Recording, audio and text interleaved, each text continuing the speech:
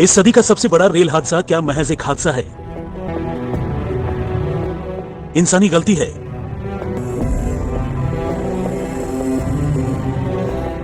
मशीनों की बेवफाई है?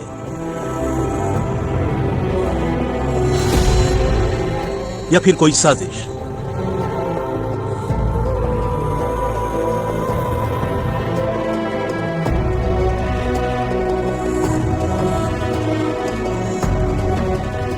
करीब 350 लोगों की जान लेने वाले रेल हादसे की जांच अगर खुद रेल मंत्रालय और भारत सरकार रेलवे एक्सपर्ट्स की बजाय सीबीआई जैसी एजेंसी को सौंपने की सिफारिश करती है तो सवाल अपने आप उठने लगते हैं।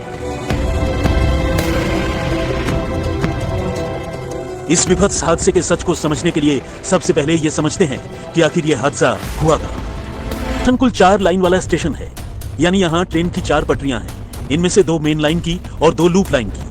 अब सवाल यह है कि मेन लाइन और लूप लाइन में क्या फर्क है? मेन लाइन वो होती है जिसके ऊपर एकदम सीधी गाड़ियां चलती हैं, उसमें कोई भी किसी भी तरह का टर्न नहीं होता है और वो सीधी सीधी गाड़ी चलाने के लिए बनी होती है, उसका लेआउट सीधा होता है। इस पे कोई स्पीड रिस्ट्रिक्शन नहीं होती है, इसमें जो भी मैक्सिमम परमिसिबल स्पीड होती है ट्रेन की उस पर चलती है। लूप लाइन एक एडिशनल लाइन दी जाती है, जैसे कि अगर हमारे पास एक से ज्यादा गाड़ियां हैं या किसी गाड़ी को हमें रोक के दूसरी गाड़ी को आगे निकाल देना है, जिसको हम लोग प्रेसिडेंस कहते हैं। 2 जून की शाम जब यह हादसा हुआ उस वक्त इस स्टेशन के दोनों लूप लाइन पर 2 मालगाड़ी खड़ी थी। हावड़ा से आने वाले कोरोमंडल एक्सप्रेस के ड्राइवर को ग्रीन सिग्नल मिल चुका था। इसका मतलब यह हुआ कि उसे मेन लाइन पर सीधे जाना था, लेकिन कोरोमंडल अचानक लूप लाइन पर पहुंच गई, जहां पहले से ही मालगाड़ी खड़ी थी जिसमें लोहे रखे हुए थे। रेलवे बोर्ड के मुताबिक कोरोमंडल के ड्राइवर की कोई गलती नहीं थी। हादसे के बाद बेहोश होने से पहले कोरोमंडल के ड्राइवर ने जो आखिरी लाइन कही थी वो यही थी कि सिग्नल ग्रीन था।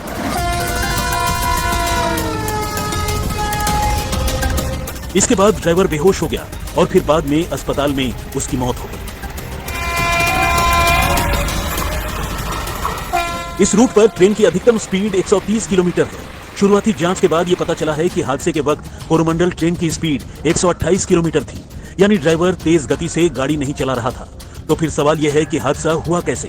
कोरोमंडल मेन लाइन से हटकर लूप लाइन पर पहुंची कैसे? तो पहले हादसा कैसे हुआ वो समझ लेते हैं। पहुंची है तो हादसा हुआ है इस एरिया में। तो मतलब ये हुआ कि सबसे पहले कोरोमंडल मेन लाइन से लूप लाइन पर आई, लूप लाइन पर मालगाड़ी से टकराई, टक्कर के बाद कुछ डिब्बे दूसरी मेन लाइन की तरफ जा गिरे। इस बीच कुछ सेकंड बाद दूसरी मेन लाइन से यशवंतपुर हावड़ा एक्सप्रेस गुजर रही थी। वो कोरोमंडल से अलग हुए डिब्बों से जा टकराई, खासकर पिछली 2 बोगी को सबसे ज्यादा नुकसान पहुंचाया। तो हादसे की बात तो साफ हो गई। अब सवाल यह है कि कोरोमंडल को लूप लाइन पर किसने भेजा? ये किसकी गलती है? किस पटरी पर कौन सी ट्रेन कब दौड़ेगी, इसका फैसला कौन करता है? इसको कंट्रोल कौन करता है? तो चलिए अब इसे भी समझने की कोशिश करते हैं। सबसे पहले रेलवे ट्रैक को समझते हैं। इसे रेलवे लाइन या रेल की पटरी भी कहते हैं। आमतौर पर मेन लाइन सिर्फ 2 होती है।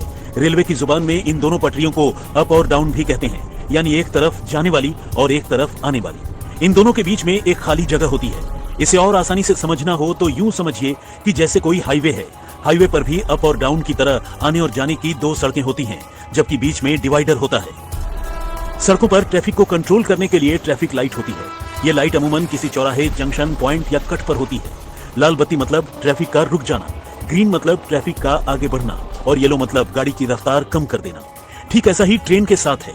ट्रेन का रूट पहले से तय होता है, लेकिन एक ही पटरी पर एक साथ एक ही दिशा में कई ट्रेनें चलती हैं। लेकिन उन तमाम ट्रेनों के बीच एक खास दूरी होती है ताकि ट्रेन एक दूसरे से टकरा न जाए। जिस तरह रोड पर ट्रैफिक लाइट होती है, ठीक वैसे ही रेलवे ट्रैक के दोनों किनारे पर सिग्नल होता है। ये सिग्नल भी रेड, ग्रीन और येलो इशारा करता है। रेड सिग्नल मतलब गाड़ी का रुक जाना, ग्रीन मतलब गाड़ी का पास होना और येलो मतलब गाड़ी की रफ्तार कम कर देना। ये सिग्नल ड्राइवर के कंट्रोल में नहीं होता, बल्कि स्टेशन मास्टर के कंट्रोल में होता है। स्टेशन मास्टर पटरियों पर गाड़ियों की तादाद को देखते हुए उसी हिसाब से रेड, ग्रीन या येलो सिग्नल देता है। अमूमन रेलवे ट्रैक पर हर 1 किलोमीटर की दूरी पर एक सिग्नल होता है।